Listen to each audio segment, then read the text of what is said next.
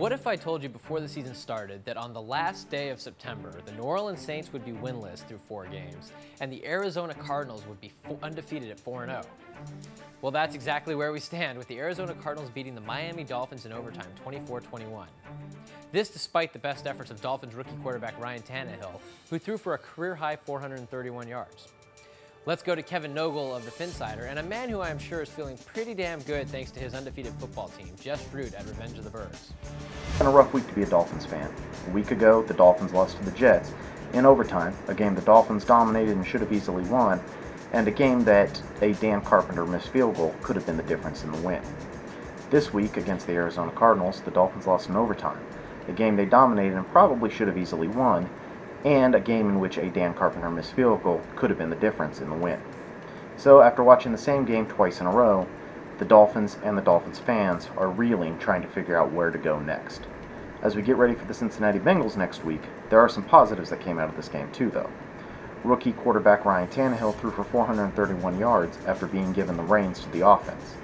Those 431 yards set the Dolphins' single-game passing yardage record for a rookie, surpassing Dan Marino's 1983 322 yards.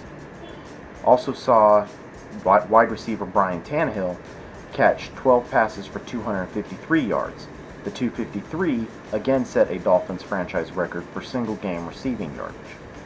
Overall, the Dolphins had a good game on offense. They also had a great game on defense, where Sean Smith intercepted 2 balls and Cameron Wake came away with 4.5 sacks of the Dolphins' 8 total sacks.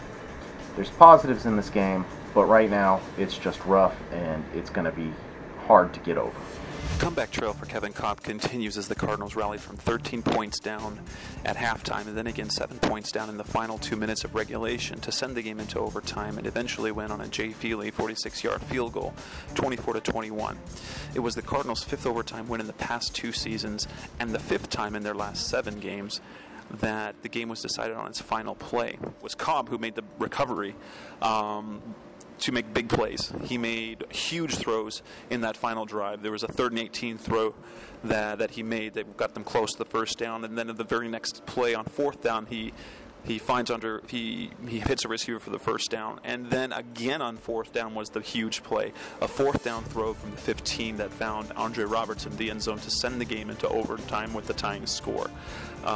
In overtime, Kevin Kolb also made plays after Kerry Rhodes intercepted Tannehill to give Arizona the ball.